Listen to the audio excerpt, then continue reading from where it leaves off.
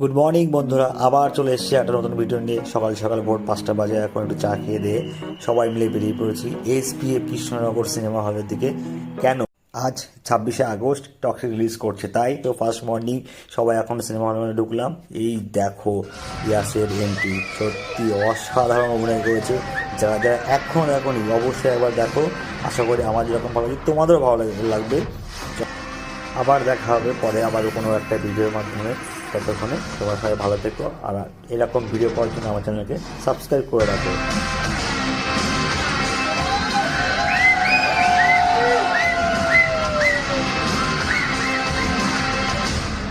Daddy's home.